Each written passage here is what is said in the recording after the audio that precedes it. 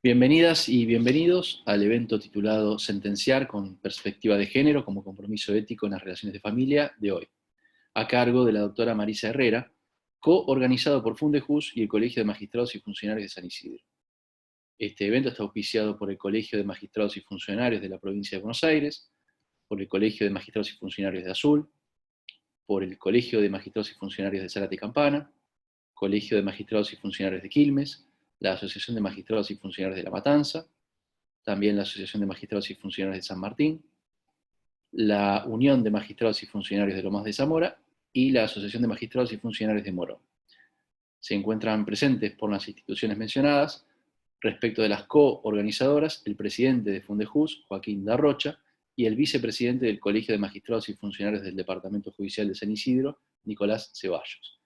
Por el lado de las auspiciantes se encuentran presentes el presidente del Colegio de Magistrados y Funcionarios de la Provincia de Buenos Aires, Pablo Noel, el presidente del Colegio de Magistrados y Funcionarios del Departamento Judicial de Azul y representante en el Consejo de la Magistratura Bonaerense, Pablo Cuaranta, el vicepresidente segundo del Colegio de Magistrados y Funcionarios de la Provincia de Buenos Aires y presidente de la Asociación de Magistrados y Funcionarios de La Matanza, Sergio Eduardo Gago, el presidente del Colegio de Magistrados y Funcionarios de Zárate Campana, Cristian Fabio, el presidente del Colegio de Magistrados y Funcionarios de Quilmes, Mario Caputo, el vicepresidente del Ministerio Público de la Asociación de Magistrados y Funcionarios de San Martín, Rodrigo Núñez, la presidenta de la Asociación de Magistrados y Funcionarios de Morón, Mercedes Conti, y el presidente de la Unión de Magistrados y Funcionarios de Lomas de Zamora, Claudio Santagati.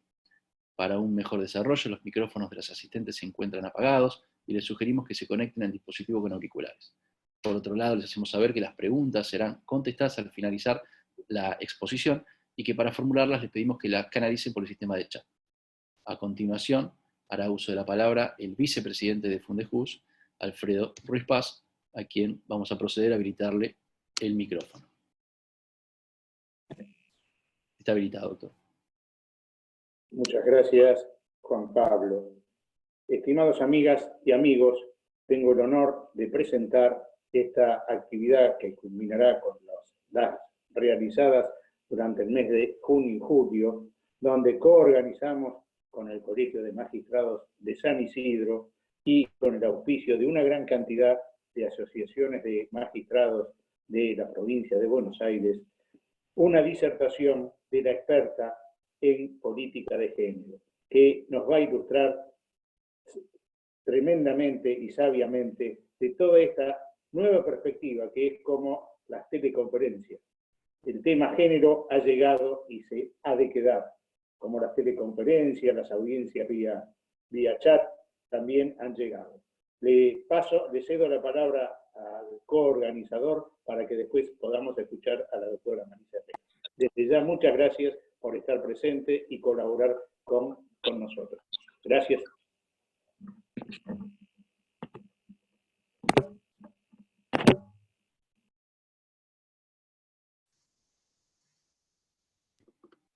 Doctora Serminaro tiene el micrófono abierto para la presentación. Buenas tardes, muchísimas gracias al centenar de asistentes que nos están acompañando en este evento tan importante. Les cuento a los que no me conocen que trabajo en el Foro de Familia, por sí apasionante, pero a la vez es muy dinámico. Entonces debemos capacitarnos diariamente para encontrar las herramientas necesarias para la tutela judicial efectiva. Y una de estas herramientas es trabajar con perspectiva de género. Por eso celebro estos encuentros académicos tan importantes. Antes de presentar a nuestra disertante, quiero agradecer especialmente a las autoridades del Colegio Provincial que nos han acompañado en el auspicio, en la difusión de este evento académico. También agradecer a los integrantes del Colegio de Magistrados y Funcionarios de Lomas de Zamora, de La Matanza, de Azul, San Martín, Morón, Quilmes, que nos han acompañado con el auspicio. Hago extensivo mi agradecimiento a las autoridades de nuestro Colegio de San Isidro, a los doctores Nicolás Ceballos y Ricardo Costa, que han tenido la generosidad de permitirme estar en esta presentación. Y hago también una salvedad de reconocimiento a la labor de dos colegiadas, de la doctora María Sayago y de la doctora Rosa Cabral, que han estado en la organización de este encuentro académico. Bueno, ahora sí voy a presentar a nuestra disertante. Todos la conocemos, que tiene una brillante y extensa trayectoria profesional. Por eso, y a pedido de ella, voy a ser muy breve en su presentación. La autora Marisa Herrera es doctora en Derecho de la Universidad de Buenos Aires, es investigadora en el CONICET, profesora en Derecho de la Universidad de Buenos Aires y de la Universidad Nacional de Avellaneda, y formó parte del equipo de redacción del Código Civil y Comercial de la Nación en los temas de familia, niñez e infancia. Doctora Marisa Herrera, bienvenida y la escuchamos. Bueno, hola, ¿cómo están? A todos, a todas, a todos. La verdad que muchísimas gracias por la confianza, gracias a Rosa y a los organizadores, bueno, por este espacio. Así que, bueno, como tenemos mucho para trabajar, prefiero ya arrancar y pongo acá, me falta que me habiliten para poder compartir. Ya la habilito, doctora. Muchas gracias. Como verán, tenemos un zapato acá de fondo, porque bueno, ahí hemos quedado así con los organizadores. En la previa. Muy bien. Listo, doctora. Muchísimas gracias. Si no se llega, como yo no veo, porque estoy con la pantalla, entonces, en todo caso, si hay algo que funciona mal, etcétera, me van avisando, ¿dale? Se ve muy bien. Dale, gracias. Bueno, arrancamos. Bueno, básicamente, digamos que la idea mía tenía que ver con una, digamos, hacer rápidamente, o por lo menos bastante rápido, cómo se ha, esto que un poco se dijo en la introducción, cómo ha llegado para quedarse la perspectiva de género en lo que tiene que ver con la justicia. Y para eso quiero tirar como frase disparadora esta gran Rita Segato, bueno, que ella es justamente polémica, y justamente la perspectiva de género trae consigo una mirada polémica en el buen sentido, una mirada que interpela, una mirada que incomoda, y me parece que también eso es bueno en esta idea de ir abriendo, de ir también poniendo en crisis un montón de conceptos o de mirada tradicional del derecho, incluso de las relaciones sociales.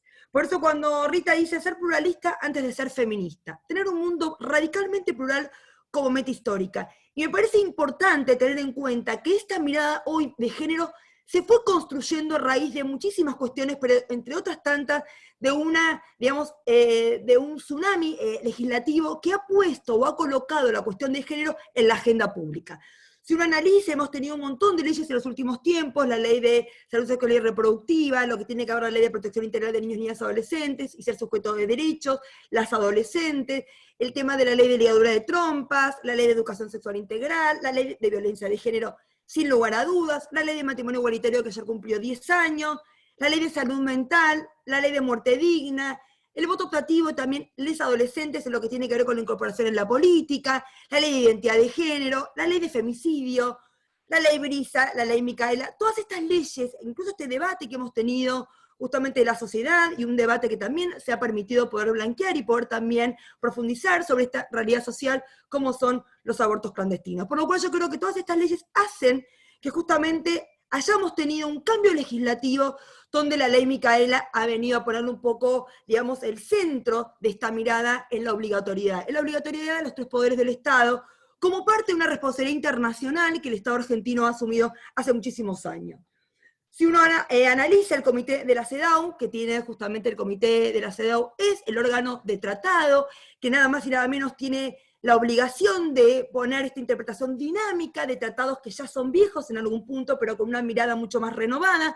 No solamente habla de la cuestión de la mujer, no solamente habla de la cuestión del sexo, sino habla de la cuestión del género, que son son conceptos diferentes. Y dice, el término sexo se refiere aquí a las diferencias biológicas entre el hombre y la mujer. El término género se refiere a las identidades, las funciones y los atributos construidos socialmente de la mujer y del hombre, y al significado social y cultural que la sociedad atribuye a esas diferencias biológicas, lo que da lugar a relaciones jerárquicas entre hombres y mujeres y a la distribución de facultades y derechos en favor del hombre y en detrimento de la mujer. El lugar que la mujer y el hombre ocupan en la sociedad depende de factores políticos, económicos, culturales, sociales, religiosos, ideológicos y ambientales, que la cultura, la sociedad y la comunidad pueden cambiar. La aplicación de la Convención de la Discriminación por motivos de género se pone de manifiesto la definición de discriminación contenida en el artículo 1. Y dice, de esto se desprendería que el trato idéntico o neutro de la mujer y el hombre podría constituir discriminación contra la mujer cuando tuviera como resultado o efecto privarla del ejercicio de un derecho al no haberse tenido en cuenta la desventaja. Esta idea de desigualdad, esta idea de vulnerabilidad. ¿Y por qué es importante? Porque también tenemos leyes, o por ejemplo a la hora de construir leyes, que nos ha pasado, digamos, en temas de técnicas de reproducción humana asistida.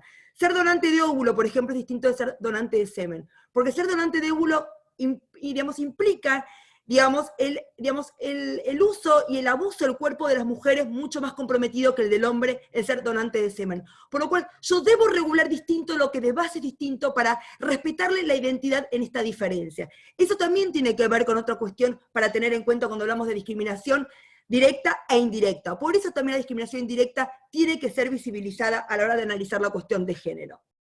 Por eso el 75 y 23 de la Constitución nuestra es clara cuando habla de acciones positivas. Y habla de acciones positivas en favor de 4 colectivos vulnerables: las mujeres, los niños, las personas con discapacidad y los adultos mayores. Y esas acciones positivas se deben justamente, hacer efectivo a raíz no solamente de la legislación, sino también para los 3 poderes hacer políticas en favor de, y también dictar sentencias en favor de, o en sentencias que tengan en cuenta esta desigualdad social que justamente hay que desarmar o hay que desestructurar, y que la justicia tiene mucho para hacer al respecto. Por eso, si uno analiza hoy engranaje jurídico, tanto internacional como regional como nacional, se ha ampliado muchísimo, porque no solamente tenemos ciertas estructuras legislativas claves o fundamentales o fundantes, sino que además tenemos un montón de otras cuestiones, como por ejemplo, como yo les decía, el comité de la CEDAW o el comité de MISECBI, aquellas que se dedican a interpretar este tipo de instrumentos internacionales o regionales. Y además la ley 26485. Por eso cuando siempre me dicen, el Código Civil, ¿qué dice? No importa, porque el Código Civil se lee de una manera, pero cuando hay un tema de violencia, está atravesada por la ley de violencia de género. No es Código Civil versus ley de violencia, es Código Civil releído a la luz de la ley, de violencia de género. Dicho esto, el Código Civil Comercial, que este año cumple 5 años, como sabemos, creo que es una época o un plazo más que razonable para poder realmente hacer un análisis crítico, profundo e interesante. ¿Qué ha pasado estos años en lo que tiene que ver con la aplicación del Código Civil? Donde la gran conquista del Código Civil no es la parte de familia, sino claramente son sus 2 primeros artículos, cuando introduce, cuando incorpora, cuando se impone revisarse constantemente a la luz de los derechos humanos. Por eso, lo mejor que tiene el Código, o en clave de género, de las mejores cosas que tiene el Código Civil, sin lugar a dudas, es el tema de la coparentalidad. Esto no hay una madre principal, un padre periférico, ambos somos importantes en la vida de nuestros hijos, y este concepto de coparentalidad, nada más y nada menos, viene a poner en crisis la desigualdad estructural. ¿Dónde se genera la desigualdad de género?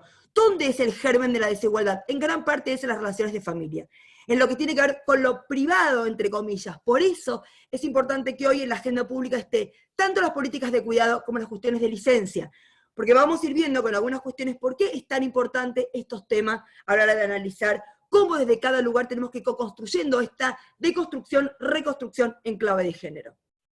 Y de hecho no solamente tiene que ver con la cuestión de forma, también tiene que ver con la cuestión de forma, porque fondo y forma van de la mano. Por eso sentenciar con perspectiva de género es tan importante, porque no solamente el fondo, es también la forma. Y en ese aspecto ustedes saben que hasta ahora tenemos 5 códigos procesales de familia que se han adaptado o han tratado de estar en consonancia con los avances que ha tenido el Código Civil y Comercial, y en este campo tenemos primero Córdoba, después hemos tenido a Mendoza, tercero Chaco, cuarto Entre Ríos, y el último ha sido el de Río Negro, que el de Río Negro, por ser el último, es el mejor, y es el primero que incorpora dentro de las cuestiones procesales, también cuando dice el conflicto de familia, se aborda con perspectiva de género. Miren cómo también fondo y forma, es más, el Código Civil y Comercial es la única parte que se anima a regular de manera expresa procesos de familia, es en familia, y no es casualidad, porque es ahí donde fondo y forma justamente se ve una alianza inescindible, porque yo tengo un derecho de fondo, pero tengo un proceso que no va acorde, termino violando seguramente el fondo. En el campo de la justicia podemos ir viendo 3 facetas de la justicia que también se relacionan. No solamente el Poder Judicial, sino también un buen Poder Judicial es también producto de un mejor ejercicio de la abogacía, de una mejor enseñanza del derecho. y también una mejor formación en las universidades. Miren cómo los tres tienen una interrelación que es importante tener que sacar a la luz, justamente para que haya una desconstrucción en serio en materia de género. No solamente lo que tiene que ver con la paridad de género, y con la agenda de género en la justicia, que también esto es algo que todavía está instalado, pero que falta profundizar, y no es nada más tener una secretaría de género, no es nada más tener un observatorio o una oficina, sino tiene que ver cómo derrama esa parte institucional al resto justamente de la justicia para la incorporación de la mirada de género. El ejercicio de la abogacía, y de hecho este año, a principios de año, FACA ha justamente sacado la paridad de género, o digamos, ha incorporado la paridad de género en lo que tiene que ver con los órganos de gobierno, y en lo que tiene que ver con la formación, y en la universidad también se empiezan a ver en algunas universidades estas, digamos, redes de profesores de derecho, como los que nosotros tenemos en la UBA, también tenemos en La Plata, también tenemos, digamos, en otras universidades, en la de Río Negro, justamente que tiene que ver con esta idea de empezar a poner también en la enseñanza del derecho la cuestión de género en agenda. Y acá traigo un trabajo que se hizo hace muy poco, que salió publicado hace poco, que me pareció muy interesante, que hace alguien que es una jueza de familia de La Matanza, donde justamente habla de qué implica, y no solamente eso, arranca diciendo en el título, sin perspectiva de género no hay justicia. Esto de cómo el concepto de justicia en sí, ser justo, es obligatorio que venga con la perspectiva de género. No es ya una cuestión de algo que está externo a eso, que si quiero lo uso o no lo uso, sino es la obligación para impartir justicia, una buena justicia, una justicia que realmente tenga en cuenta las desigualdades, tiene que tener incorporada la mirada de género. Un poco lo que se pretendió con la ley Micaela.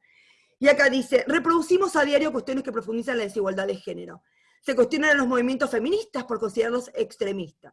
Se cree que hay situaciones que ya se encuentran superadas, o algo mucho más preocupante, considerar que las relaciones desiguales se invirtieron.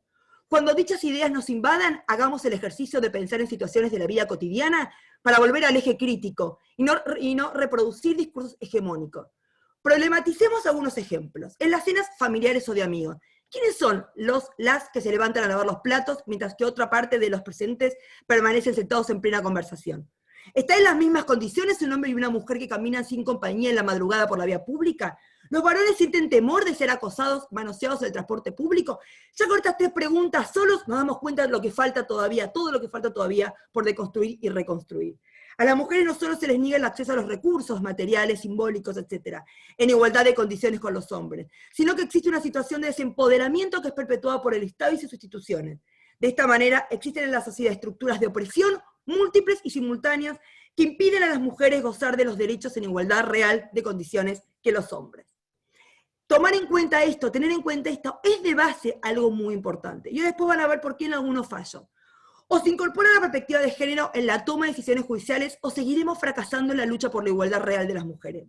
Ya que no basta con contar con legislaciones supranacionales, nacionales o provinciales de última generación, si a la hora de aplicarlas se ignora la perspectiva de género y se sustancia el proceso con idénticos mecanismos procesales que cualquier proceso, y se lo juzga olvidando la cuestión de género y su problemática, que es en definitiva lo que da origen al conflicto. O sea, justamente no tener en cuenta la perspectiva de género es no ver el conflicto en sí, que no es nada, digamos, no es nada más y nada menos que eso.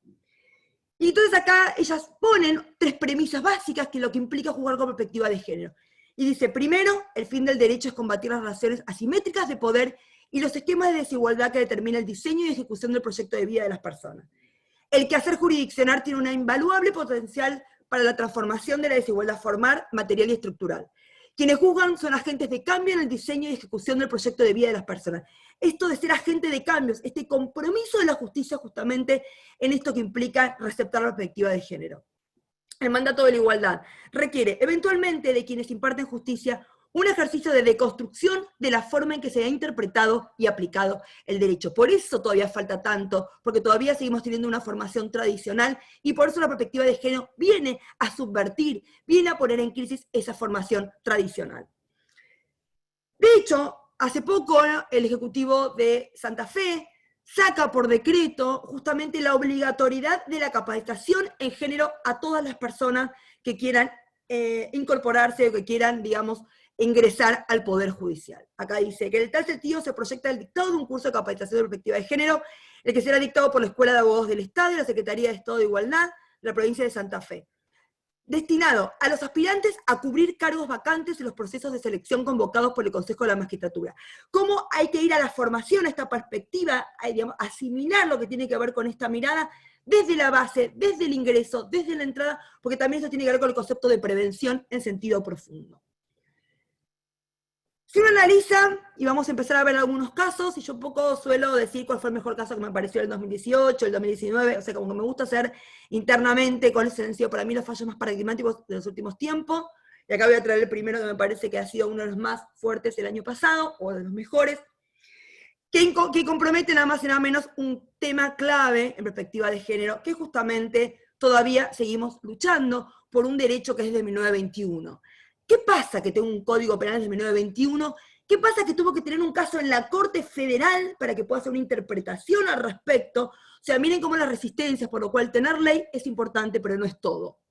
Y por eso acá cuando se dice, en un país justo, las madres, las niñas no son madres, creo que acá también hay una clave, lo que tiene que ver con DESC, en este caso DESCA, como se le dice hoy de manera contemporánea, y lo que tiene que ver justamente con el servicio de justicia, lo que tiene que ver con derechos económicos, sociales y culturales, y ambientales, y lo que tiene que ver también con el vínculo con la justicia, y vamos a ver también en algunos otros casos cómo está esta vinculación.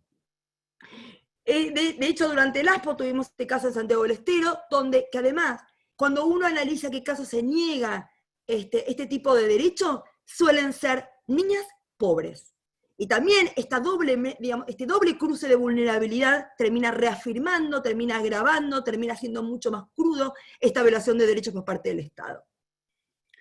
Sabemos que la ley 26.485, entre la cantidad de tipos de violencia que visibiliza, algunas más clásicas y otras más contemporáneas, la última ha sido la violencia política, el año pasado en la reforma, acá tiene también lo que es la violencia obstétrica. Negar una ILE es violencia obstétrica. Y empezar también a poner en derechos, y lo que tiene que ver también con eso, y la responsabilidad que eso genera, no solamente en el plano institucional, sino en el plano personal, me parece que también esto es una beta a seguir profundizando.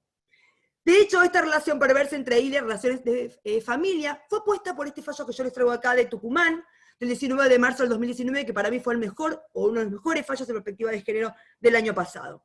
Como en el caso, el famoso caso de Lucía, de esta chiquita que había sido abusada por la pareja de la abuela, en el cual se interviene en Tucumán, se le niega la ILE, se tiene que judicializar, y la jueza dice, no me tire el fardo a mí, no es un tema judicial, es un tema de ustedes, de salud, haga usted y cumple usted lo que tiene que hacer, y hágalo ya.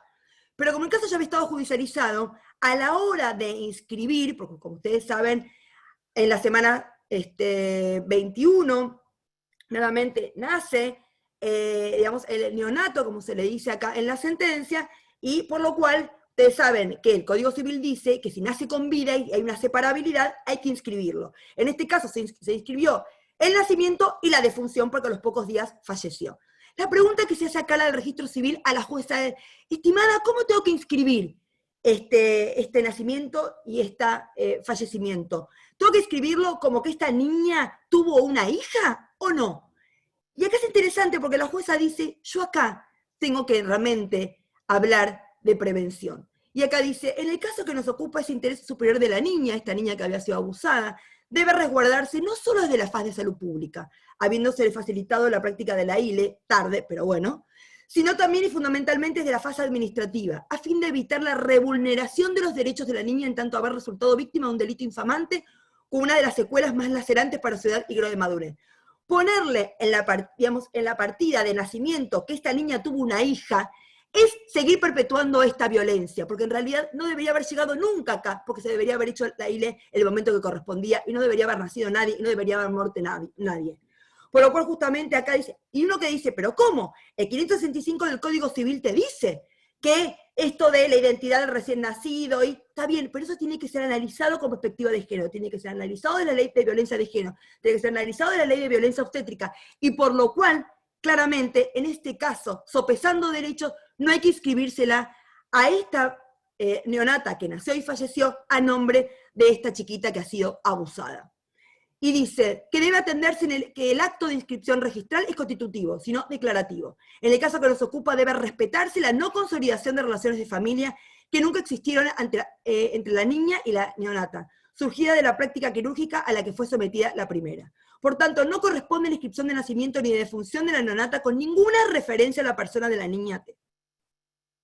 Y dice, ¿y qué pasa con el apellido? Muy simple, lo resuelve el artículo 65 del Código Civil y Comercial. ¿Qué dice? Apellido de persona menor de edad sin filiación determinada. La persona menor de edad sin filiación determinada, porque no se va a hacer lugar a la filiación, no se va a hacer lugar a la determinación de la filiación, justamente en protección de esta chica, para no seguir revictimizando desde el Estado esta violación de derechos, por lo cual va a ser como un apellido común. Será Pérez, Gómez, Fernández, lo que sea, pero no va a ser nunca vinculada con esta chiquita. Esta ha sido una gran sentencia, porque es el primer conflicto que se presenta al respecto, y me parece que ha sido una muy buena resolución al respecto.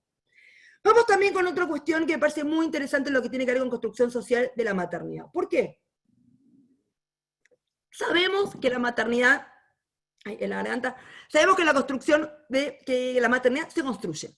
Si no hubiera una construcción social, y por eso también en algún punto la perspectiva de género pone en crisis el concepto de naturaleza, como si fueran naturales las mujeres, todo lo que sabemos que nos asignan a las mujeres, socialmente en realidad. Y la pregunta es, ¿cómo se puede construir esa maternidad en situaciones de vulnerabilidad? Y arranco con un caso muy interesante, que es un caso de la CENAF, que es un caso en realidad que interviene la CENAF como organismo de protección de derechos, es un caso de Río Negro, a raíz de una denuncia.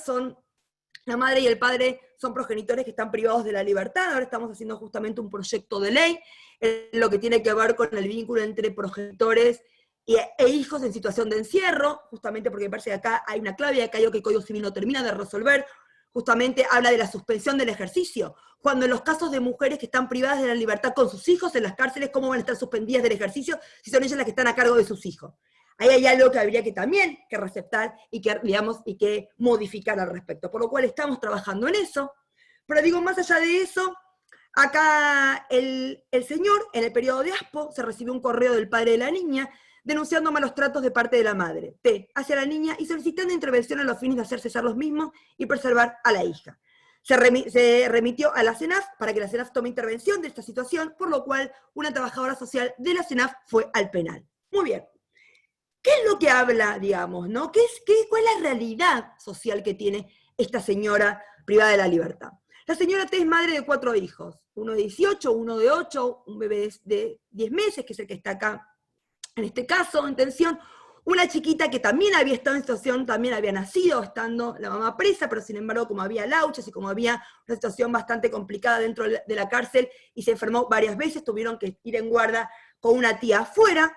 En relación a esto, manifiesta la señora T que cuando estuvo en el penal con L, con esta que después se fue, empezó a enfermarse muy seguido, que en la celda en la que se encuentra había ya una laucha, y que ha solicitado le compren venenos en respuesta, por lo que en dicho momento y ante las reiteradas infecciones y enfermedades, tuvo que irse con la tía. En relación a la organización diaria dentro del penal, la señora Tapia refiere que es ella quien se encarga del cuidado personal de su hija, en el que posee un espacio individual para sí misma, y esta última en el cual se encuentra equipado con cocina, heladera, colchón y otras cosas. Muy bien. Primero, la trabajadora social dice, este es un caso típico para que haya una prisión domiciliaria. Por lo cual, acá lo pido primero, dice. Ahora, si esto no es posible, si esto no hace el lugar, o si esto no, digamos, entonces vamos a la segunda parte, que es la parte que me convocan, que tiene que ver con qué pasa con la situación de esta mamá con su hija. ¿Realmente la hija está en situación de riesgo? ¿Realmente la hija está en situación de vulnerabilidad? O la pregunta es, ¿quién cuida a quién? Y si el Estado ha primero descuidado a esta mamá para que realmente se pueda hacer cargo de su hija. Y acá hay un tema central en los que trabajamos en estos temas. Por eso yo quisiera saber, ¿cuántos casos de adopción hemos tenido antes, denuncias por violencia de género que no se han trabajado bien, y por lo cual la adopción termina siendo una sanción a esa madre por ser una mala madre? Te digo, miren cómo la cuestión de género va atravesando un montón de conflictivas que son clásicas en los juzgados de familia, por ejemplo. El personal del penal refiere un hecho donde la niña sufrió una caída y de la cual como consecuencia le diagnosticaron un traumatismo de cráneo leve. La niña que sufrió esta caída, por lo cual la llevaron al hospital. Después hablan de los controles médicos, que en realidad no, que digamos que no quedó constancia en el legajo, que tampoco se sabe bien el tema de las vacunas. La señora T refiere que se encuentra cursando el 5º mes de un nuevo embarazo, que no se encuentra haciéndose los controles prenatales correspondientes. ¿Por qué? Porque no hay vehículo, no te podemos trasladar, o actualmente por motivos vinculados al contexto de pandemia. Pareciera que la pandemia también hoy ha servido de argumento para también evitar la satisfacción de ciertos derechos. Dice acá, muy simple, voy a decir, hay un aspecto importante, dice la trabajadora social, es que los padres, madres y cuidadores, en especial las instituciones de encierro, tengan información sobre las prácticas de crianza y cuidados que fomenten el desarrollo infantil temprano, así como también promover comportamientos que reconozcan y desnaturalicen la violencia en sus distintas manifestaciones, física y psicológica. Este aspecto es especialmente importante en cuanto a la violencia institucional que podría operar en estos dispositivos penitenciarios. Miren cómo en contexto de encierro todo se agrava mucho más, y en contexto de encierro en pandemia doblemente más. Esto implica que se le debe garantizar a la señora T las condiciones materiales de acompañamiento, apoyatura profesional que las instrumente y se le brinden herramientas para poder desarrollar su maternaje y función marental. Miren cómo el lenguaje no es neutro, habla de la función marental, de una manera saludable o que de la justicia penal advierta la incapacidad de asegurar una privación de la libertad en el servicio penitenciario. Por lo cual habla de la responsabilidad del Estado de manera clarísima cuando dice, sería y es sesgado, represor y punitivo realizar aseveraciones o interpretaciones en relación a la posibilidad o capacidad marental de la señora T, cuando esta última estaría siendo vulnerada en muchos de sus derechos, cuando es el Estado, en este caso en el ámbito penitenciario, quien no garantizaría las condiciones concretas, materiales y más abstractas para que ésta pueda garantizar una crianza y cuidado personal de su hija de carácter bien tratante. Cuando no se le ha ofrecido ni antes ni ahora instancias de abordaje, talleres psicoterapéuticos, o lo que requiere en este sentido por equipos interdisciplinarios incompletos o no constituidos, en síntesis, por el Estado mismo, que debería constituirse según normativa le garante de las mismas.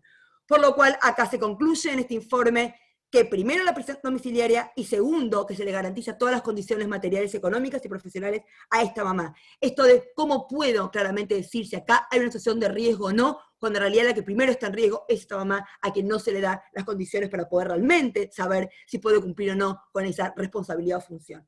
Por eso el juez de familia, muy bien dice, estimado, yo tengo en cuenta la intervención de la CENAF, por ende, muy simple, acá yo no tengo más que intervenir, porque es un tema no judicial, porque acá no está nadie en riesgo, sino que es un tema de políticas públicas, vaya usted Estado administrativo y haga lo que corresponda, yo tengo que cerrar este expediente. También tenemos otro caso que tiene que ver con coparentalidad, o tiene que ver también con funciones parentales, muy interesante, de posadas, también todos de este año.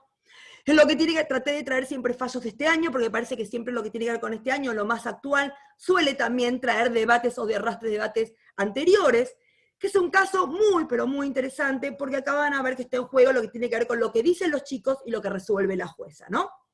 La señora tal y tal, tienen, digamos, es una pareja que estaba casada, tuvieron 3 hijos, uno de 17, uno de 12 y uno de 7. Tras la separación de la pareja en 2017, el padre se retira del hogar, permaneciendo en la madre, junto a los 3 hijos. En 2018, a fines, la señora realiza denuncia por violencia familiar contra el señor tal, señala que luego de que este se enteró de su actual noviazgo, ingresó a la casa y comenzó a insultarla con ánimo de golpearla. Venía todo bien, pero cuando ella hace pareja, ya ahí tuvo todo mal. Esto del amo, ¿no? Esto del poder, esto de la sumisión, esto o sos mía o no sos de nadie. Nos suena bastante, ¿no? El señor L inicia demanda de cuidado personal contra la señora, explica que desde mediados del 2018 los hijos han exteriorizado su voluntad de vivir con él, debido a las reiteradas discusiones con la madre respecto a los cuidados y condiciones de aseo del hogar. Esto del aseo del hogar, tengámoslo en cuenta porque la jueza la va a retomar después. Solicita un régimen de cuidado personal unilateral, o sea, quedarse él con los chicos, o su defecto que en todo caso sea alternado, pero que se queden más con él. Y también la atribución de la vivienda. Al contestar la demanda, la señora dice que justamente la intención del actor es apoderarse de la vivienda, que incumple la obligación alimentaria y que influencia de manera negativa a los hijos contra ella por haber formado una nueva pareja. Y acá la jueza empieza a decir, estamos ante una familia patriarcal.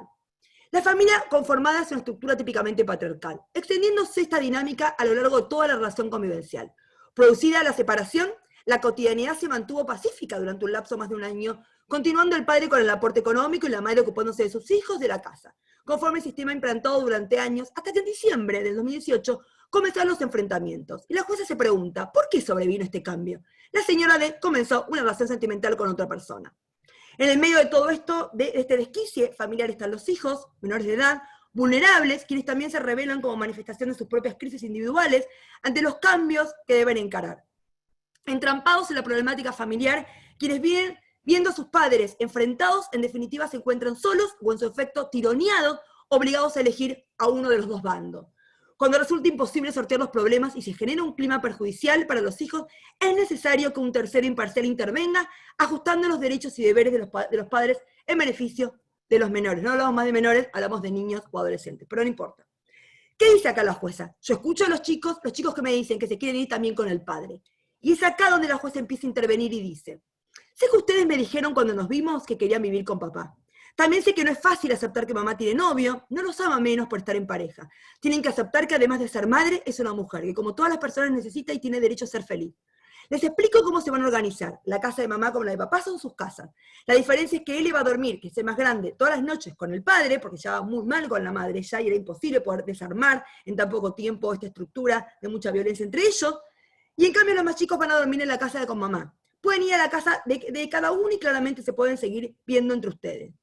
Ahora dice, ¿cuál es la cuestión de género que acá me parece central? ¿Por qué la jueza no hizo lugar a lo que los chicos más chicos decían?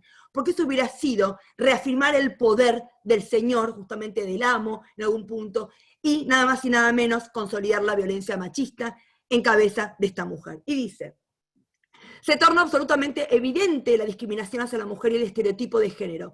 El haber hecho tanto hincapié en el desorden de la casa y la falta de limpieza como modo de acreditar que la progenitora no cumple con sus obligaciones como tal, sino que correspondería que los 4 miembros de la familia, en realidad son 5, realizaran dichas tareas. No aceptan la relación de pareja de la madre, no aceptan su elección ni se respeta su libertad. Los hijos deciden no relacionarse y el padre decide dejar de pasar dinero por alimento. Todo este contexto, lógicamente, no surge de forma independiente por parte de los niños, sino apoyados, influenciados por el padre. Debe ser encuadrado como discriminación y violencia contra la mujer, que tiene como consecuencia un grave daño al derecho del ejercicio de la maternidad, su derecho como mujer y como persona. Surge claramente la influencia del sistema patriarcal y la influencia del progenitor. Los niños son víctimas. Me veo obligada a destacar y criticar y desarticular esta situación porque hay menores en desarrollo y de ninguna manera quisiera que esto se perpetúe y profundice. Y lo repliquen en sus vidas en el futuro. Nuestros niños deben estar impregnados de igualdad de género, para así poder anhelar un futuro mejor, y de eso somos responsables todos. Entre ellos, y en este caso claramente, la justicia con la decisión que se tome. Por eso se decidió en la forma que les dije.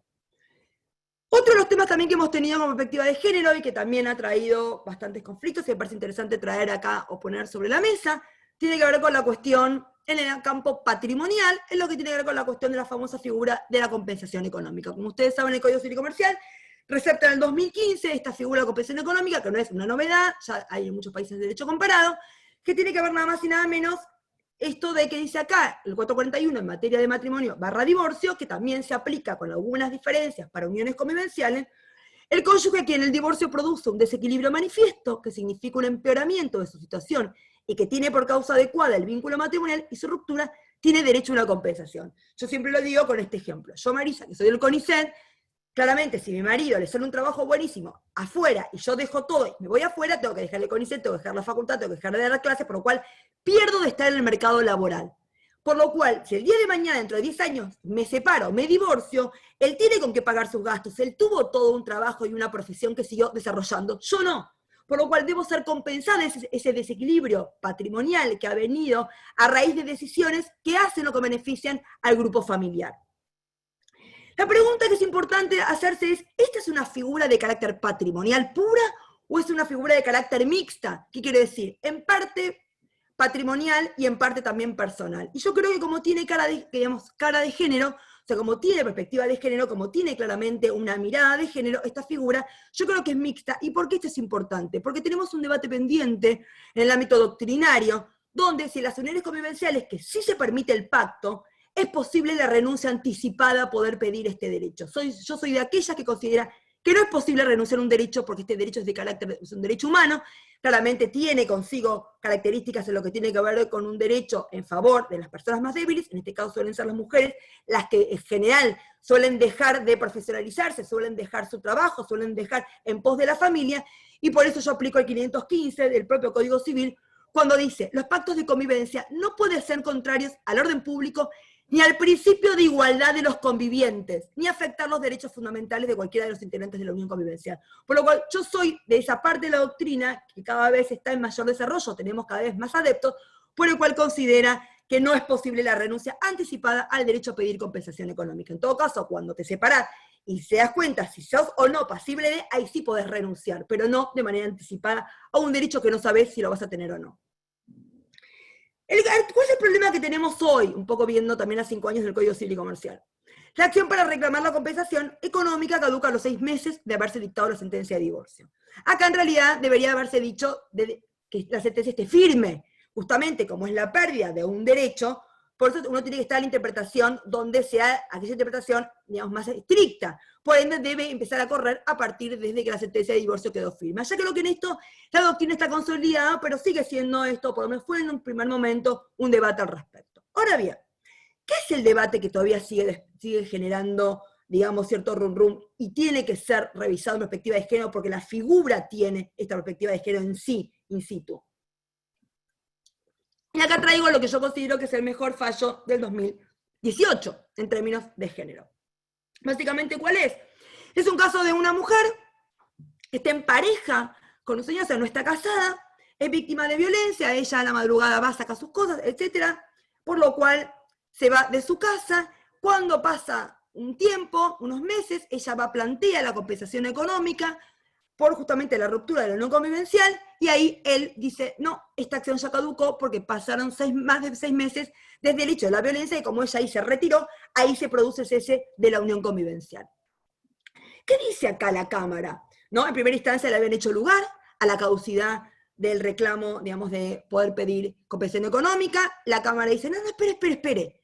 Usted está tomando de una visión muy legalista, que supuestamente desde el momento del cese es el momento de que ella se retira y por eso ahí hubo el cese de la unión convivencial y de ahí empieza a correr los 6 meses. Usted tiene que tener en cuenta que acá ella se fue, huyó por violencia de género, por lo cual no puede andar pasándole un plazo a espaldas de que ella sepa que tiene un derecho, porque la unión convivencial, a diferencia del matrimonio / divorcio, ahí hay un proceso judicial, ahí tengo un abogado, ahí tengo 6 meses desde que un abogado intervino. En cambio, la unión convivencial los 6 meses empiezan a correr desde una situación informal como es la ruptura. Por lo cual, acá hay una mayor vulnerabilidad. Por eso tiene que ser tenido en cuenta a la hora de analizar este planteo. ¿Y qué dice? Surge evidente que estamos en presencia de un plazo muy reducido, atendiendo a las vicisitudes y particularidades que pueden darse para los litigantes recurran en dicho término a entonar la correspondiente acción judicial. Así, con buen criterio, se ha criticado el plazo de caducidad establecido para las uniones convivenciales desde una perspectiva de género, porque no se ha valorado, desde esta perspectiva, cuál es la situación de las mujeres en relaciones afectivas con esta distribución de roles fuera del matrimonio. No puede soslayarse las particularidades y circunstancias que originaron el presente trámite. El cuadro de situación nos permite concluir que la señora M se retiró de la vivienda como consecuencia del episodio denunciado, en un estado de confusión y vulnerabilidad, y a fin de proteger su propia integridad psicofísica y la de su hija, tal conducta claramente no responde a una decisión personal profunda, ni meditada sobre el cese de la convivencia. Por lo cual, ¿qué dice? Habla del acceso a la justicia, porque negarte no quiere decir que te haga lugar a la compensación. Lo que pasa es que el de hacerte lugar a la caducidad no te permite ni plantear si soy un caso o no de compensación. Las disposiciones del Código Civil en materia de caducidad deben interpretarse en un diálogo de fuente, que no puede desprenderse de las directivas dadas por las reglas de Brasilia sobre acceso a la justicia de las personas en condición de vulnerabilidad. En tanto establece la sección segunda que se consideran en condición de vulnerabilidad aquellas personas que por razón de su edad, género, estado físico o mental o por circunstancias sociales, económicas, étnicas, justamente encuentran especiales dificultades para ejercitar con plenitud ante el sistema de justicia los derechos reconocidos en el ordenamiento jurídico. En consecuencia, siendo una interpretación armónica de la normativa protectoria referida y al régimen aplicable a las compensaciones económicas por finalización de la convivencia, corresponde hacer lugar al recurso de apelación deducido por la actora, en tanto en el caso y frente a las circunstancias que rodearon la separación, la interpretación efectuada de la instancia de origen conduce a un resultado que se desentiende de la protección a una mujer en situación de violencia. Chapo. Muy bien, ¿qué pasa acá? Bajo primera instancia. ¿Y cuánto tiempo tiene para iniciar la acción? Por eso acá tenemos un problema a resolver, no en el campo judicial, en el campo legislativo. Hicimos un proyecto de ley, que está ahora presentado en la Cámara de Diputados, donde justamente lo que hacemos es modificar la figura de la compensación en lo que tiene que ver con el plazo de caducidad. Y acá no solamente arreglamos y aclaramos la acción para reclamar la compensación económica caduca, y acá ampliamos 1 año desde la sentencia firme de divorcio, y aclaramos que firme, sino que además le sumamos para las uniones convivenciales. La acción para reclamar la compensación económica caduca si transcurre 1 año de haberse producido cualquiera de las causas de cese de la unión convivencial. Ahora, si el cese de la unión convivencial se produce en un contexto de violencia, o sea, cruzo Código Civil con Ley de Violencia de Género, claramente en un contexto de violencia de género, la acción caduca al año de vencimiento de las medidas preventivas urgentes dispuestas por el juez de conformidad con la Ley 26.485, la Ley de Violencia Familiar nacional, que sigue siendo nada más aplicable a Cava, y las normas provinciales aplicables. En los casos en que no se hayan dictado medidas preventivas urgentes, la acción caduca al año de la denuncia, por lo cual ya haya una intervención judicial, ya haya una cuestión pública que a ella al menos le haga pensar si es pasible o no de poder ir a reclamar una compensación económica. Esta idea de siempre del más vulnerable, porque ya el fuerte por ser fuerte tiene un lugar distinto. Por eso las leyes deben, y la justicia debe justamente empoderar a aquellas personas más vulnerables. Y acá tenemos un caso más reciente, del 3 de junio del 2020, de una Cámara de Apelaciones de Uruzucuatiá. Se presenta algo similar, tardan, digamos, el plazo de los 6 meses vencía, si uno lo hacía corrido, obviamente, un sábado, ella lo plantea el lunes, y acá le dice, estimada, su plazo caduco. Ella fue al plazo de gracia, dice también caduco igual, no se tiene que aplicar el plazo de gracia para los plazos de caducidad de fondo, por lo cual, aunque haya violencia de género, no me importa, porque en realidad usted pudo pedir alimentos, como lo pidió, y usted se olvidó de pedir compensación. Joróbese. Dice, esto que decimos no descarta que en una situación concreta, en la que la persistencia de la vulnerabilidad de una persona víctima de violencia de género incida de modo también concreto en el ejercicio efectivo de sus derechos, puede apreciarse con tal perspectiva la constitucionalidad de un plazo de caducidad. En todo caso, vos podés hacer un control de constitucionalidad de oficio. Podrías haberlo hecho si vos hubieras querido, y no lo hacés. Claro, porque no lo planteó, digamos, también ahí hay algo de cómo se va cursando las herramientas que se tienen desde la justicia para realmente tener perspectiva de género, y también incluso hacer, digamos, aludir o por lo menos tomar como herramienta el control de constitucionalidad difuso. De hecho, ayer, 15 de julio, una de las salas de la Cámara de La Plata, Civil y Comercial, sacó un excelente fallo en materia de filiación, donde justamente reconoce la triple filiación que no había sido decretada en primera instancia, sino que la propia Cámara dice que sí constitucional, el 558 que dice ninguna persona puede tener más de 2 vínculos filiales. Y apela al control de constitucionalidad difuso. Vuelvo acá. Y encima le hace para cargar las costas, ¿no? Que decís, por lo menos, viendo el planteo y la complejidad del planteo y la perspectiva de género y la violencia, al menos no le vas a pagar las costas. No, le enchufó las costas igual y todo.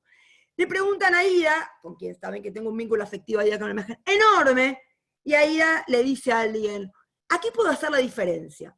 Esto es lo que dice Aida ante la pregunta de alguien, ¿qué te pareció este fallo? ¿No? Y para mí sintetiza perfectamente lo que uno piensa.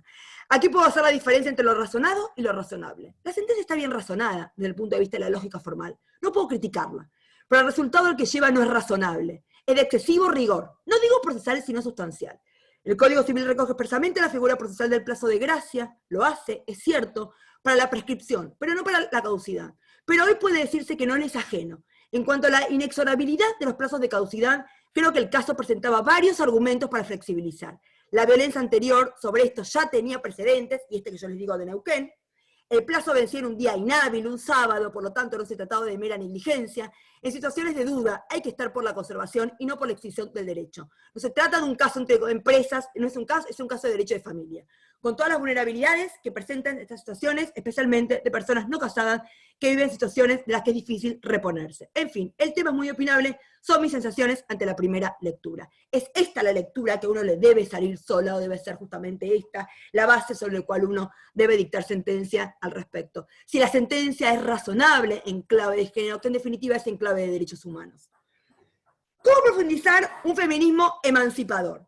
Y acá también me parece algo importantísimo a la hora de analizar, y básicamente a la hora de pensar justamente decisiones que realmente estén acordes con la cuestión, digamos, que está comprometido. Y traigo acá esto que yo llamo un feminismo no punitivista. Yo soy feminista no punitivista.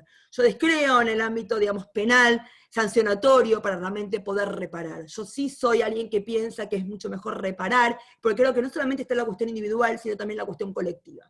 Pero después de eso, si quieren, después podemos profundizar. Acá tenemos, es cierto que el incumplimiento alimentario es considerado una forma de violencia económica. Ya hemos tenido varios fallos al respecto. Ahora, la pregunta es, ¿cómo tengo que responder el sistema ante el incumplimiento alimentario? Y acá tenemos un caso muy conocido en su momento, un juez de familia de Rawson, en el cual él, ante el incumplimiento alimentario, lo que hace es ordenar cerrar la cerrajería. Y acá tengo un problema estructural.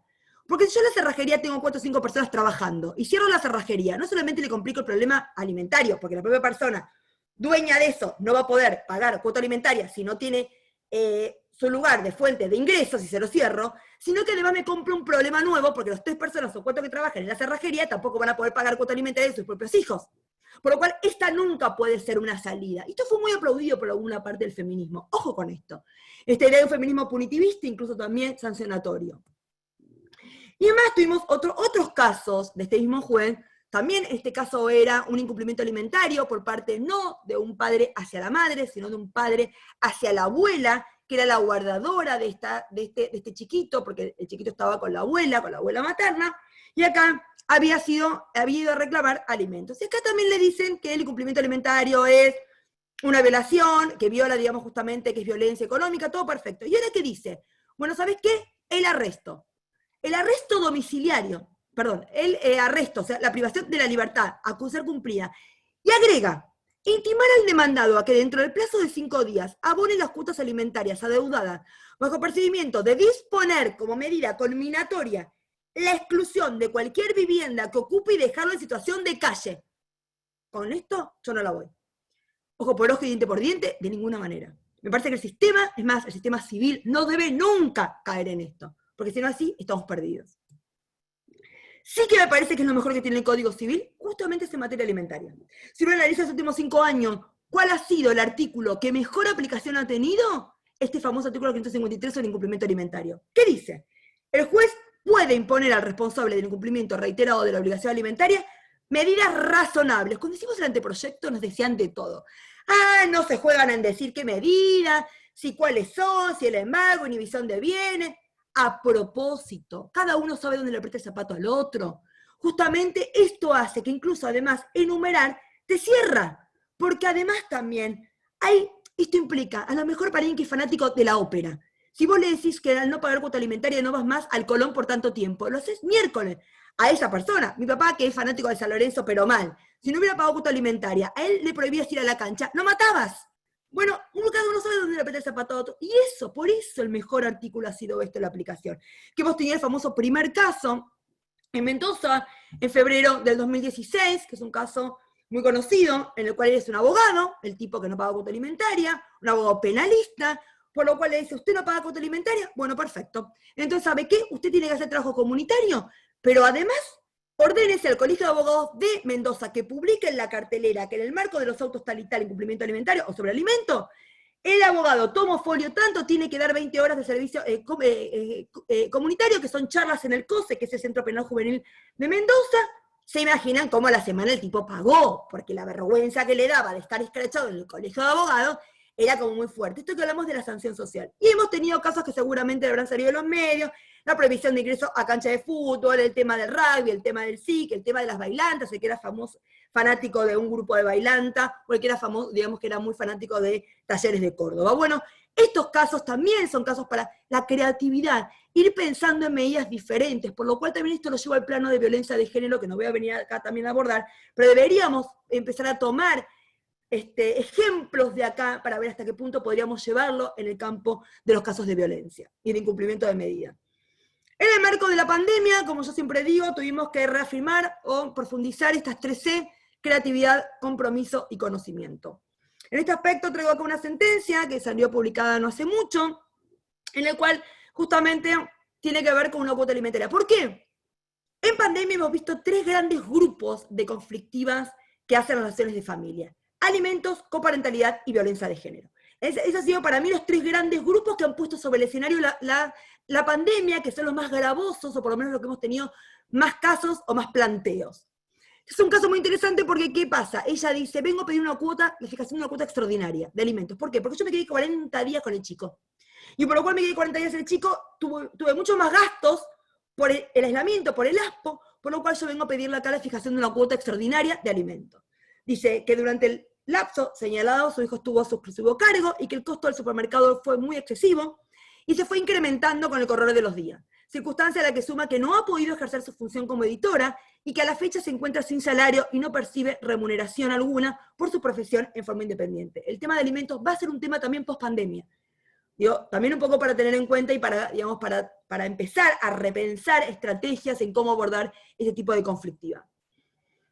¿Qué dice? Que se comunicó con el señor tal, con el padre a fin de solicitar su ayuda económica, para que no tuvo éxito en la respuesta, pese a la holgada situación económica que tiene el progenitor de su hijo. En definitiva, pide por única vez el pago de el pago de 25.000 pesos, suma que según alega representa aproximadamente la mitad de la cuota alimentaria que recibe en forma mensual, a fin de compensar las sumas en más, digamos, erogadas por las compras de alimentos, etc. Muy bien, ¿qué contesta él? Esto me parece interesante porque si uno ve los tiempos, fue muy rápido. ¿Por qué? Porque la telemática, esto también que se dijo al principio de la charla, cuando me presentaron esto de la telemática, lo digital vino para quedarse, claramente vino para quedarse, porque también tiene que ver con el acceso a la justicia y con los tiempos, como dijimos, ¿no? Acá el padre contesta al toque y dice, sostiene que la comida de un chico de 5 años no es mucha, por lo cual duda que se hubiera producido un perjuicio económico en la señora M. Esto de creer que vos le estás pasando plata en realidad a ella, ¿no? Hay algo ahí también en términos o perspectiva de género muy interesante para analizar y profundizar y tener en cuenta. Que la actora no ha aportado ningún elemento de prueba que permita decir que tiene derecho a dicho reclamo, menos aún por la suma injustificada de 25.000 pesos. Y no acompaña ni un solo ticket, ni tampoco justifica el porqué, y que el gasto no es significativo. Ya que donde come uno, come también un niño de 5. La pregunta es, les abogados que dicen esto en los escritos, ¿no? Hay que hacerse cargo también de esto, la responsabilidad de los abogados en las cosas que se ponen en los escritos. Tema aparte. Sigo acá. ¿Qué dice la jueza? Si bien no se encuentra expresamente legislado, tanto doctrina y jurisprudencia receptan la posibilidad, en determinados casos, de fijar una cuota extraordinaria de alimentos. Nos pasa mucho, por ejemplo, con los viajes de egresados. Los que pueden ser definidos como aquellos que derivan de necesidades que no fueron previstas en el momento de establecerse el monto de la cuota ordinaria. Esto sucede porque al ser sobrevinientes no pueden ser cubiertas con fijado para atender las necesidades ordinarias del alimentista. Por eso es extraordinario. Y el ASPO es claramente extraordinario. Con una clara perspectiva de género, el actual código ha reconocido en forma expresa el valor económico de las tareas cotidianas que realiza el progenitor que asume el cuidado personal del hijo. 660, el famoso 660 del Código Civil, una cuenta pendiente de la perspectiva de género. Y agrega, la pandemia por COVID y las limitaciones que a raíz de ello se han impuesto nos sitúa ciertamente en una situación inesperada. La crisis sanitaria nos impone un nuevo modo de relacionarnos y la restricción de ciertos derechos en pos de proteger uno de los bienes más preciados, la salud. Este escenario necesariamente impacta en relaciones de familia que no pueden pensarse sin tener en cuenta esas excepcionales circunstancias. El señor se parapeta que en cuestiones formales, por ejemplo, dice inexistencia de tickets. Como no tiene tickets, como si eso fuera, no hay una presunción en favor de que claramente este aislamiento ha obligado que si vos estás a cargo de alguien, tengas que tener, aunque sean gastos mínimos, vos tenés más gastos mínimos, y eso está clarísimo. Posicionándose una actitud. De hecho, lo que tiene que ver, por ejemplo, con la cuestión tecnológica, de tener que salir a comprar, incluso si uno no tiene una sola computadora, tiene que tener 2, porque ya ahora está todo el mundo haciendo tareas, o incluso en el jardín también se hace. Por lo cual hubo gastos también extraordinarios que se han hecho durante la pandemia. Dice, trae nuevamente a colación cuestiones vinculadas a la comunicación, que ya han sido resueltas en otros expedientes. Por otro lado, y algo fundamental a tener en cuenta a la hora de resolver este diferendo, no niega que los ingresos de la señora G hayan mermado, ni alega problemas en su economía, ni posibilidad de hacer un aporte económico extra que él podría estar capacitado para hacerlo. Por lo cual dice, en base, que en realidad es sobre la base o con base en, a la necesaria perspectiva de género que debe tener esta magistratura, impartiendo una justicia igualitaria que abandone los estereotipos de una sociedad patriarcal, superando las discriminaciones por género, la cuestión no puede reducirse a analizar los gastos de comida del niño, ni rechazar el pedido por falta de ticket del supermercado. Afirma que el pedido debe rechazarse porque donde come uno, también como un niño de 5. Resulta peyorativo hacia la mujer, cuyos cuidados hacia el hijo comprenden mucho más que simplemente comprar comida. En definitiva, este tipo de afirmaciones replican patrones discriminatorios que desvalorizan a la mujer y cosifican al niño. No se la dejemos pasar a esto, porque esto también forma parte de discursos justamente discriminatorios que la sentencia debe destacar y que debe también señalar justamente y resaltar al respecto. La propuesta efectuada frente al pedido de auxilio económico para compensar al niño, que dice, bueno, a ver, yo no te voy a dar plata, en todo caso que el chico venga a vivir conmigo. Tampoco esa es una forma de respuesta, porque tampoco le puedes poner al chico como rehén, porque el chico no está acostumbrado a estar todo un mes con ese progenitor. Dice, siempre que sea posible un fluido contacto con ambos progenitores e ignore el principio de estabilidad según el cual habrá de procurarse la continuidad afectiva, espacial y social del niño, evitando en lo posible que se modifiquen las costumbres y hábitos cotidianos. ya que la continuidad es necesaria para la formación equilibrada de su personalidad.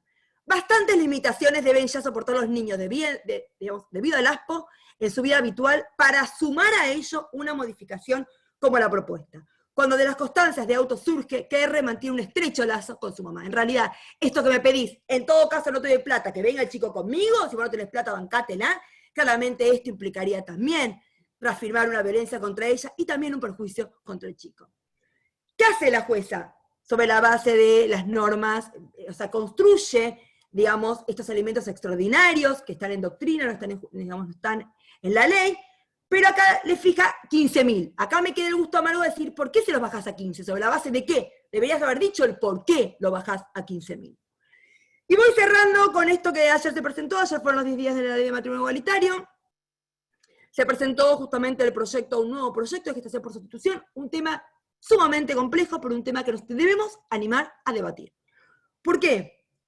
Porque esta figura, como ustedes saben, se llama mal alquiler de vientre, que es un tema, como acá muy bien dice Clarina ayer, en una nota que publicó a raíz de este proyecto que presentamos, justamente habla de, ¿es gestación por sustitución o es alquiler de vientre? ¿Es todo compraventa? ¿Es toda explotación de la mujer? Y si uno analiza qué pasa en el derecho argentino, qué pasa en la jurisprudencia, qué pasa en los casos, de los 52 sentencias que tenemos, que compromete 47 casos, esto ya te está dando una idea desde ámbito sociológico, que la gran mayoría de los casos que interviene en la justicia en primera instancia queda firme, se hace lugar a la gestación por sustitución. ¿Por qué? Porque en realidad no es todo compraventa, no es todo explotación. La gran mayoría de los casos, y acá lo decimos muy bien en este gráfico, el 76% de los casos, la mujer que gesta es la hermana, la prima, la cuñada, la mejor amiga fácilmente comprobable, tenemos fotos de cuando éramos chicas, soy la madrina de su hijo, fuimos a la primaria juntas, a la secundaria juntas, no es todo explotación, no es todo Kiev, no es todo, chicos. ¿Y eso por qué es importante tenerlo en cuenta? Porque es mejor regular para controlar. Por eso este proyecto de ley que presentamos ayer, justamente, que en definitiva retoma lo que se pretendió regular en el anteproyecto de reforma del Código Civil, lo que pasa es que en ese momento teníamos solamente 2 casos, y hoy tenemos 52 fallos, por lo cual estamos dándonos cuenta que la realidad nos interpela, y ese es un gran debate dentro del feminismo. Así como tenemos el debate prostitución versus trabajo sexual, también tenemos un debate pendiente entre gestación por sustitución versus alquiler de vientre. Más allá del debate, la pregunta es, ¿cuál es el rol del Estado? Justamente, dar herramientas, y por eso la propia justicia se está dando cuenta que le falta esta herramienta legislativa, porque no hay nada peor que el silencio legislativo, porque eso trae inseguridad jurídica. Por eso ahí nosotros planteamos un proceso judicial previo, donde realmente se puede analizar y profundizar esta temática, en el cual uno analice el vínculo que se tiene entre la gestante y los futuros padres, y no solamente eso, madre o padres solos, también incluso un hombre solo, 2 hombres solos, sino además también que la gestante no haya aportado nunca su material genético, porque sabemos que los casos de arrepentimiento en el derecho comparado compromete a casos donde la gestante además es aportante de material genético, por lo cual para evitar justamente arrepentimientos, que es un conflicto enorme, es mejor que sea gestante pura, y eso lo dice el proyecto. Y la gran protección, ¿dónde está? En que ninguna gestante puede ser gestante más de 2 veces. Y ahí está la verdadera protección. Porque si uno no regula, justamente ya lo dijo la Relatoría de Naciones Unidas, donde ese tema de venta y explotación sexual de niños, dijo expresamente que los países que no se regulan son los más proclives a que haya un abuso y una explotación. Por eso mismo hay que animarse a dar este debate. En definitiva, como dice Judith Butler, cualquiera que sea la libertad por la que luchamos, debe ser una libertad basada en la igualdad. Por eso esa igualdad de género, esa igualdad real, y no solamente esa igualdad formal, también en gran parte de esta cuenta pendiente le corresponde a la justicia. Muchas gracias. Muchas gracias, doctora. Tenemos algunas preguntas que nos hicieron llegar desde los asistentes. La primera tiene que ver con el perfil del juez o de la jueza. ¿Cómo se audita por parte del Consejo de la Magistratura si un candidato o un magistrado tiene perspectiva de género? Bueno, a ver, a mí el tema de lo de auditar, ¿viste? El tema como del control, primero nuestros organismos de control nunca han sido muy eficientes, ¿no? Por lo cual ya no se le tiene como mucho respeto. O sea, y eso también creo que hay, digamos, porque si no seguimos creando figuras, el como sí. Pero a la hora del funcionamiento ahí tenemos problemas severos. Entonces, digo, no seamos más románticos y seamos mucho más profundos. Me parece que el gran problema es que los órganos de control realmente funcionen. Pero más allá del control, a mí lo que me preocupa más en términos de prevención tiene que ver cómo generamos estrategias para que realmente la perspectiva de género ingrese. Por eso les traje acá, lo que propuso el Poder Ejecutivo de Santa Fe, porque me parece una muy buena medida. Por ejemplo, el Colegio de Abogados de Córdoba incorpora que para la jura, para poder jurar para ser abogado para la matrícula, debes pasar previamente por un curso de género. Digo, bueno, empezás ya ahí a incorporar la mirada de género para no tener que tener el control. Yo sí creo que, que uno perfectamente podría analizar sentencias que no tienen perspectiva de género. Y podemos tener en nuestro hogar muchas sentencias. Y sin embargo, me parece que no ha funcionado el tema de hacer denuncias, porque siempre queda cajonado. Y como sabemos, y me parece que pasa más, o sea, uno podría seguir hablando en teoría, pero en la práctica hay un problema. No nos gusta mucho que haya un control, no nos gusta mucho tampoco De hecho, ¿hacemos investigación sociojurídica de qué pasa en los tribunales nuestros? ¿Qué pasa con las sentencias? De hecho, yo les decía antes de que arranquemos acá, cuando estuvimos juntos, en general hay muchas páginas web de poderes judiciales provinciales que no publican las sentencias. Y la publicación de las sentencias es lo básico en un Estado democrático. Es la forma más elemental de poder dar, de poder rendir cuentas hacia la sociedad de qué sentencias hacen los jueces. Pareciera que las sentencias son reservadas. Obviamente, no le pongan los nombres, que de hecho Mendoza siempre publica los nombres de la sentencia de familia, le estoy diciendo hace 25 millones de tiempo, no publica los nombres de la gente, no publica los nombres de la gente en familia, se lo acabo de decir a Ida recién, por una sentencia que me acaba de mandar. Pero eso es otra cosa, pero sí publico un montón de sus sentencias. Por lo cual, yo creo que primero mirémonos para adentro, más allá del control. Publicamos nuestras sentencias, realmente, y además, vos criticás una sentencia y es como si estuvieras en contra del juez. No podemos criticar una sentencia.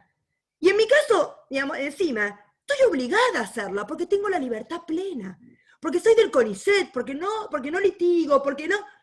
Te digo, no puede ser que uno tenga que estar con susceptibilidades si hay alguien que está que te escucha, y si vos llegás a decir algo de la sentencia, ¿por qué no puedo? ¿Por qué no se puede criticar una sentencia? Porque no lo toman como parte también de una construcción, esta crítica constructiva. Siempre se lo ve como algo negativo, siempre se lo ve como si uno estuviera...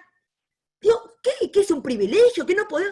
Yo publico un libro, y si me lo critican, obviamente que tienen que hacerlo. Por algo publico, por algo uno difunde ideas, siempre los que difundimos ideas estamos sujetos a la crítica. No hay que tenerle miedo a eso, pero pareciera que a ciertos poderes no se pueden ni criticar. Entonces yo creo que hay que hacer mucho cambio profundo al respecto. Yo creo que también la perspectiva de género pone en crisis un sistema que también está en crisis hace tiempo, y yo creo que también hay que animarse, en algún punto, a esto de interpelarse en clave de género. Y en definitiva, eso hace una sociedad mejor, que se anime a la interpelación porque forma parte del juego democrático. Nada más. Muchas gracias. Otra de las preguntas es en cuanto a la compensación económica que hace un rato había mencionado, pero ¿qué ocurre cuando el que pide la compensación económica por finalización de la convivencia es el hombre? Cuando quien era sustento del hogar era la mujer porque el hombre decidió unilateralmente no trabajar o no tener un trabajo no estable. Mira, ese tipo de preguntas me hace acordar también cuando dicen el tema de violencia. Y los casos de violencia que es de la mujer contra el hombre, a ver, la gran mayoría de las sentencias que hemos tirado de compensación no involucra a hombres, involucra a mujeres. Es cierto que cuando hay una excepción, uno va a tener que analizar la excepción, obviamente, no va a aplicar, lo que tiene, uno va a tener que ver si realmente hubo roles que han sido intercambiados, uno lo va a tener que tener con esa mirada. Ahora, cuando uno habla de perspectiva de género, es porque también sabe que la gran mayoría de los casos de violencia son de género, donde la víctima es la mujer, y donde uno también sabe, las mujeres o personas trans, digamos también, ¿no? Lo que tiene que ver con las diversidades. Acá también hablo de géneros y no solamente de mujer. De hecho, por ejemplo, durante la pandemia, los casos que hemos tenido de violencia trans, justamente 3 casos en Belleville, pero terribles los 3 casos. Me parece que es una sociedad que debería también preguntarse por qué. Pero no importa. Vuelvo acá. Esto de siempre se piensa por la excepción. Pero los casos de hombres, ¿qué? Como si eso desacreditara todo lo otro. Y bueno, en ese caso lo tendré que analizar como un caso excepcional, donde en términos de funciones hay que revisar la aplicación.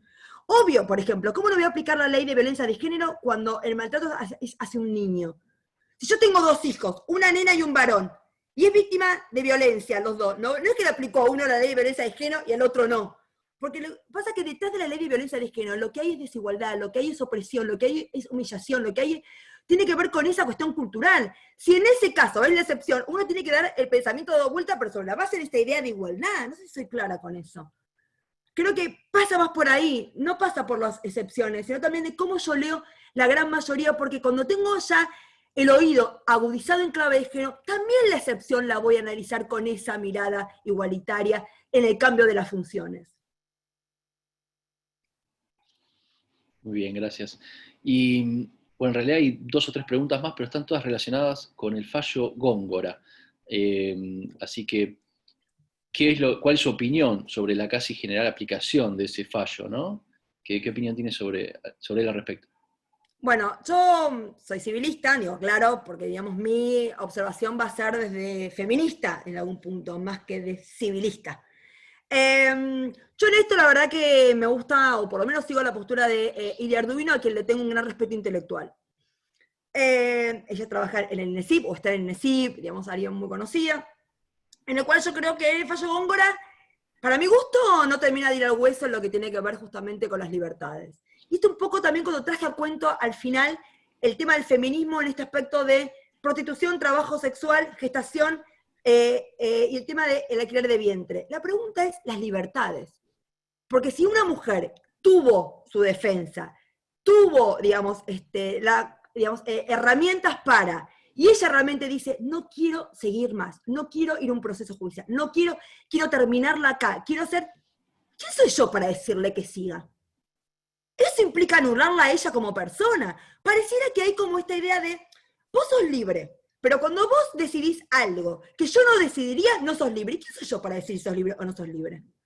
Por lo cual yo creo que si realmente se dan todas las condiciones del derecho de defensa en juicio, si realmente tiene una abogada, si realmente ha tenido, y ella sabe lo que implica, porque en Góngora, ¿con qué se quedó ella? Con nada. Perdió todo. Por lo cual, digamos, o sea, ¿cuál fue el beneficio de Góngora? Hacer teoría. Porque si en la práctica, y para hacer teoría, hagamos doctrina. Yo a la gente, digamos, me parece que uno de lo que tiene que hacer en la sentencia es la justicia en el caso concreto.